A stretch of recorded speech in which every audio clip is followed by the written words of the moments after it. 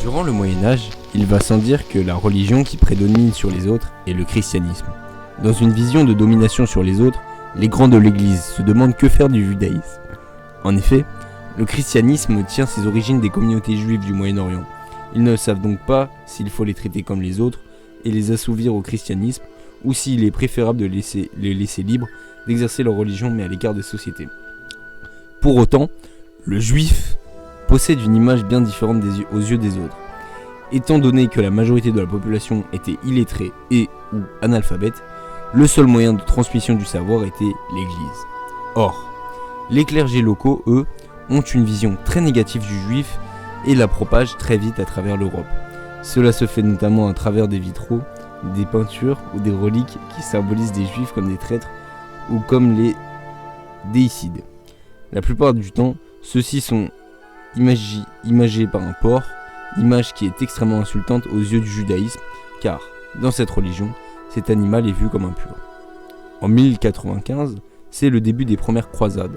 Les croisés, envoyés par l'Église, s'engagent alors le long du Rhin et du Danube et avec pour mission de libérer Jérusalem, la terre sainte, des infidèles. Cependant, ceux-ci ne se privent pas de tuer tous les juifs sur leur passage sous prétexte de « Pourquoi faudrait-il tuer les infidèles en terre sainte et laisser les infidèles en notre sein ?» Ces actes ne sont pas pour autant soutenus par l'Église.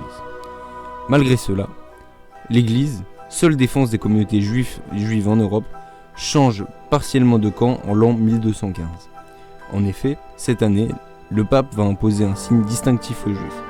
Ceux-ci vont alors se voir imposer le port d'un bonnet ou d'une étoile. En parallèle, de nombreuses rumeurs et accusations antisémites font leur apparition, bien plus graves que les précédentes. Parmi elles, des accusations de vol et de meurtre sur des chrétiens pour accomplir leur rite religieux.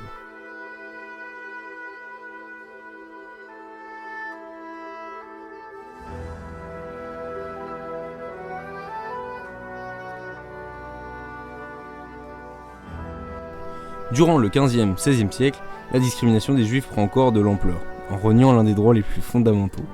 Ceux-ci se voient retirer le droit de vivre dans les villes et les villages, et sont alors forcés de vivre à l'écart du reste de la population.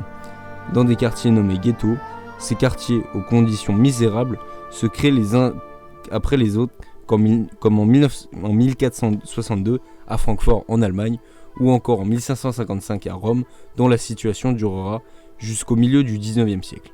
En plus de cette séparation, les Juifs se voient pratiquement obligés de payer des impôts et taxes supplémentaires pour obtenir la protection des princes locaux.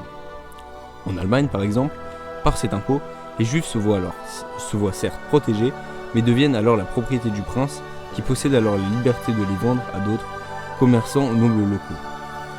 Pour pouvoir subvenir à toutes ces nouvelles normes, les Juifs sont alors beaucoup à s'adonner au commerce, au colportage et aux prêts sur intérêt. Souvent, les communautés juives sont alors tiraillées entre les intérêts économiques rivaux de citadins et des princes locaux dont ils sont la propriété.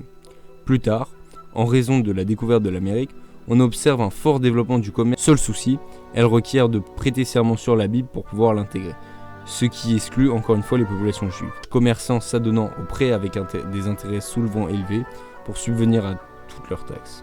Et de l'autre, le pauvre et rusé colporteur d'articles d'occasion ne parvenant à survivre uniquement grâce à la vente de ses biens.